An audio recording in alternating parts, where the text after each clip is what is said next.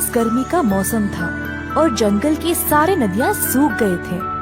जंगल में कई जानवर रहते थे और उनमें से थी एक हाथियों की झुंड। हाथियों का राजा अपने झुंड की देखभाल करता था और हर रोज पानी की कमी से किसी न किसी जानवर को मरते हुए देखकर अपने साथियों के लिए भी चिंतित हो गया। हाथी राजा सोचने लगा कि इस समस्या का हल अगर जल्दी नहीं निकाला जाए तो एक एक करके सारे हाथी भी मर जाएंगे।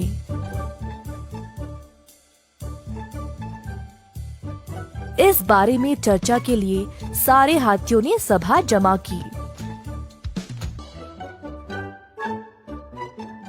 अगर हम कोई पानी वाली जगह के लिए नहीं निकलेंगे तो ठीक नहीं होगा, सबका जीवन खतरे में पड़ जाएगा। पानी, मुझे एक स्थान पता है जहाँ पानी उपलब्ध है, लेकिन वहाँ तक पहुँचने के लिए बहुत ही लंबी यात्रा करनी पड़ेगी। सच में?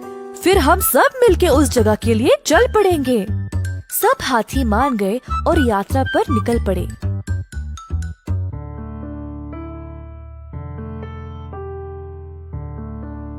बहुत देर तक चलने के बाद प्यासे हाथियों को कहीं दूर वो नदी नजर आने लगी। तुरंत सब हाथी नदी की ओर दौड़ने लगे। उसी रास्ते पर एक चूहों की बस्ती थी जो हाथियों के दौड़ने की वजह से नष्ट होने लगी।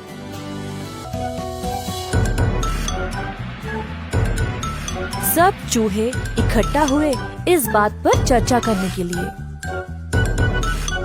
हम सब हाथियों के पास जाकर उनसे निवेदन करते हैं कि नदी तक पहुंचने के लिए कोई और रास्ता चुने। सब चूहे हाथियों के सामने जाकर खड़े हो गए और हाथी राजा से बात करने की मांग की। जी, बोलिए। हाथी राजा, हम यहाँ बरसों से रह रहे हैं, परंतु आपकी झुंड के दौड़ने से हमारी बस्ती नष्ट हो रही है। हमने अपने कॉलोनी का आधा हिस्सा पहले ही खो दिया है। हम विनम्रता पूर्वक आपसे हमारी मदद करने का अनुरोध करते हैं। कृपया कोई और रास्ता चुने। ठीक है, मैं अपनी झुंड से बात करूंगा। सुनो साथियों, इस रास्ते पर एक चूहों की बस्ती है। हमारे दौड़ने से उनकी बस्ती नष्ट हो रही है। अब से हम किसी और रास्ते से जाएंगे। हाथी राजा, आप इतने छोटे जीव से बात भी कर रहे, यही महान बात है उनके लिए। हमें उनको इतना महत्व देने की आवश्यकता नहीं है। हम सब इसके लिए सहमत नहीं हैं। समय आने पर हमें भी उनकी मदद की जरूरत पड़ेगी। बस कल से हम दूसरे रास्ते से ही जाएंगे। हाथी राजा आदेश देकर वहाँ से चले गए। बाकी हाथियों ने भी अब उनके आदेश का पालन किया और अगले दिन दूसरे रास्ते से निकल पड़े। नदी पर पहुंचकर सब ने खूब पानी पिया, खेला और अच्छा समय बिताया। परंतु ये खुशी कुछ ही समय में खत्म हो गई। एक दिन जब सारे हाथी नदी में खेल रहे थे, तब दूर से कुछ शिकारियों ने उनको देखा। वे उन हाथियों को पकड़ के ले जाना चाहते थे। अगले दिन रोज की तरह जब हाथी नदी की ओर चल रहे थे, तब अचानक से कुछ हाथी शिकारियों के जाल में फंस गए। हाथी राजा भी उसी जाल में फंसे हुए थे। हाथियों, जल्दी चूहों की बस्ती पर जाओ और उनको इस परिस्थिति के बारे में बताओ। शिकारी के आने से पहले हमारी मदद करने को कहो।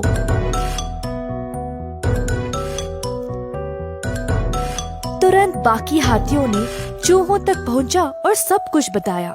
सब सुनकर चूहे जल्दी से पंक्तियों में हाथियों के पीठ पर बैठकर नदी की ओर निकल पड़े।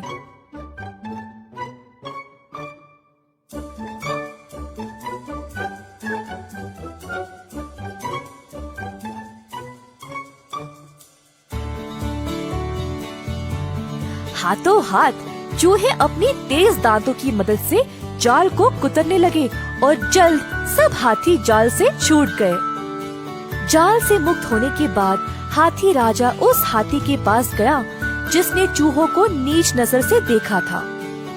तुम्हें चूहों से माफी मांगनी चाहिए, बोला हाथी राजा गुस्से से।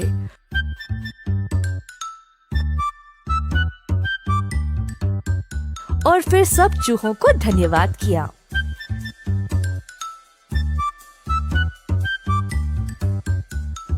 सब हाथियों को ये एहसास हुआ कि कोई भी जीव कितना भी छोटा क्यों ना हो, कभी भी उसकी क्षमताओं को कम नहीं आंकना चाहिए। और उस दिन से सब साथ रहे और खुशी से नदी में खेला।